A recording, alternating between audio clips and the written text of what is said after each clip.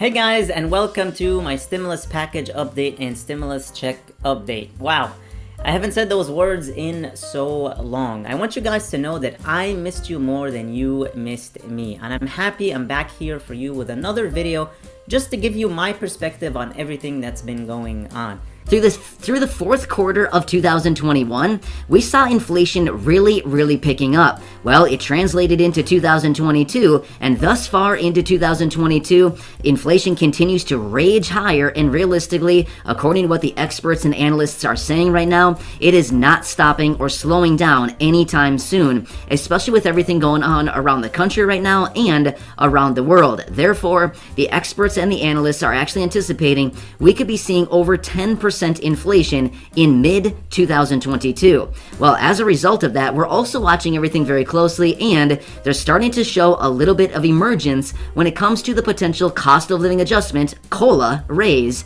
for 2023. I want to lay that out for you in this video. Now, full disclaimer before we get into it any further.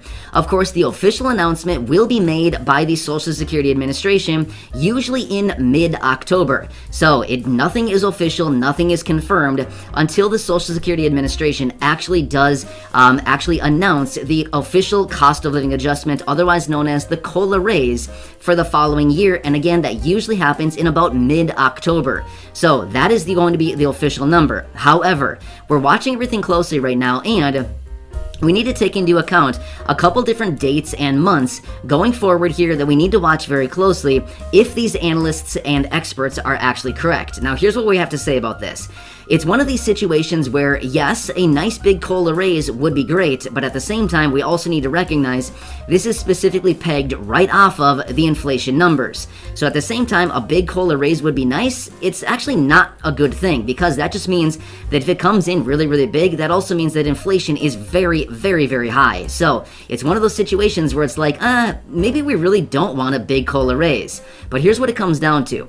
According to everything that we're looking at right here, right now, analysts are looking at the current situation and saying, okay, according to the global situation, according to the situation all around the country, everything right now with the supply chain, energy, and all this other situation going forward, we could potentially be looking at inflation, just the CPI numbers in the United States hitting 10% or possibly even higher sometime in mid-2022.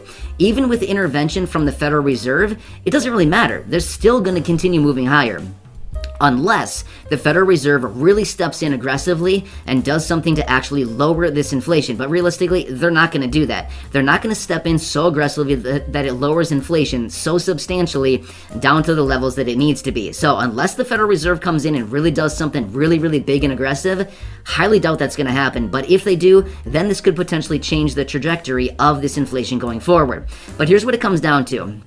As we know, the months that we need to watch very closely are the third quarter of 2022, because these are the months and the inflation data that will actually peg the cost of living adjustment for the following year. So the months of July, August, and September, these 3 months are the months that are actually put into the hopper. These are the ones that are used for the calculation to determine the cost of living adjustment for the following year. So when we get into these months here in 2022, July, August, and September, we will need to watch the inflation data very closely during these months. Now again, this is perfectly in line with what the analysts and experts are saying. As of right now, inflation continues to move higher, and if it continues moving higher at the rate that we're seeing, we could potentially be seeing 10% or possibly even higher by the time we get to July, August, and even September of this year. Not a good thing, right? Because remember, as inflation continues to move higher, this is just eating away the purchasing power of our dollars. The dollars that we're getting, especially for the low income and the fixed income, it is not a good thing. Anyway, let's keep rolling here and talk about some more things here. So, we will need to watch the CPI, the Consumer Price Index. This is the data point that actually measures inflation on a month-over-month basis. This number comes out usually in the middle of the month each and every month, and it gives us a reading on the inflation data for the previous month. So we'll need to watch these numbers very closely. The first data point that we're going to be receiving will actually be released in August. That will be the inflation number for July. So like I said, the July inflation inflation number will be released in August, the August inflation number will be released in September, and the September inflation number will be released in mid-October. Usually the Social Security Administration comes up shortly thereafter, usually the same day, and releases the cost of living adjustment when we get that September inflation number released in mid-October. So these are going to be some very, very important months. And remember, they take this inflation data from these 3 months, July, August, and September. They take this data, they run it through their calculations, and this is what gives us the cost of living adjustment that goes into effect as of January of the following year. So even if the Social Security Administration comes out and announces whatever they do in mid-October of 2022, that actual raise would not go into effect until January of 2023. But according to what we're looking at right here, right now, we may be in for a massive raise. This would be a huge, huge raise that we have not seen for many, many decades, possibly even ever, based on how big this thing actually comes in at. So we'll have to continue watching all this stuff very, very closely. We'll also need to continue watching what the president and what Congress does going forward, as far as, do they pass any kind of legislation? Do they have any additional stimulus packages? Do they offer stimulus checks? What do they offer going forward to help the low income and the fixed income with all of this massive inflation? We'll also need to watch very closely the Federal Reserve and see what they do going forward, see if they aggressively raise interest rates. If so, that could potentially lower inflation a little bit. But again, they would need to raise rates pretty aggressively in order to get inflation lowered down to the ranges that we actually want it to be, about 2.5% to 2%. That's a long cry from where we're currently sitting right here, right now.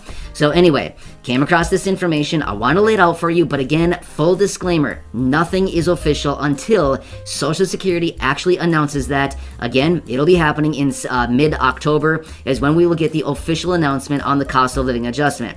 Now again, I know we're talking about this kind of early here, but based on the information that I'm finding out there, this is what the analysts, this is what the experts, this is what people are talking about right here, right now, as far as inflation goes and how this could actually translate into a massive cost of living adjustment for 2023.